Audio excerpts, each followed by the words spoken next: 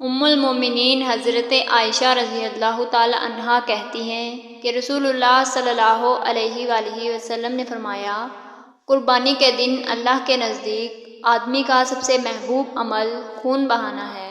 قیامت کے دن قربانی کے جانور اپنے سینگوں، بالوں اور کھروں کے ساتھ آئیں گے۔ قربانی کا خون زمین پر گرنے سے پہلے قبولیت کا درجہ حاصل کر لیتا ہے، اس لیے خوش دلی کے ساتھ قربانی کرو۔ جامعہ ترمذی حدیث نمبر 1493۔ حضرت عطا بن یسار رضی اللہ تعالی عنہ کہتے ہیں کہ میں نے ابو ایوب انصاری رضی اللہ تعالی عنہ سے پوچھا، رسول اللہ صلی اللہ علیہ وآلہ وسلم کے زمانے میں قربانیاں کیسے ہوتی تھیں؟ انہوں نے کہا، ایک آدمی اپنے اور اپنے گھر والوں کی طرف سے ایک بکری قربانی کرتا تھا۔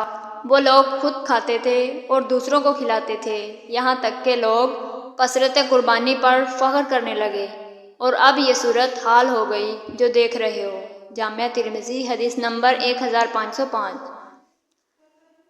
حضرت یوسف بن ماہک رضی اللہ تعالی عنہ سے روایت ہے کہ لوگ حضرت حفصہ بنت عبد الرحمن رضی اللہ تعالی عنہا کے پاس گئے اور ان سے عقیقہ کے بارے میں پوچھا، تو انہوں نے بیان کیا کہ ان کی پھپھو ام المومنین حضرت عائشہ رضی اللہ تعالی عنہا نے ان کو بتایا ہے کہ رسول اللہ صلی اللہ علیہ وآلہ وسلم نے صحابہ کو حکم دیا کہ وہ لڑکے کی طرف سے 2 بکریاں ایک جیسی اور لڑکی کی طرف سے 1 بکری عقیقہ کریں۔